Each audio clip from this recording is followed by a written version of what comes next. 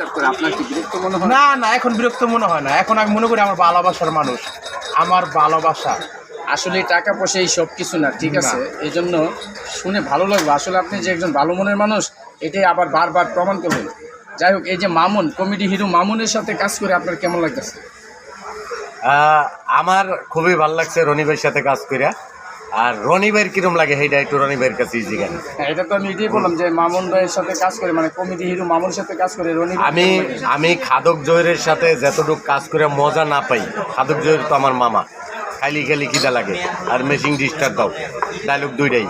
কিন্তু খাদক জহিরের সাথে কাজ কইরা যতটুকু ভালো না লাগছে এর চেয়ে বেশি ভালো লাগছে রনি ভাইয়ের সাথে কাজ করে। অনেক ভালোবাসে আপনাকে মামুন, রনি ভাইকে অনেক ভালোবাসে, এটাই প্রমাণ করে দিল। এই ব্যাপারে কিছু বলেন মামুনের ব্যাপারে আপনি?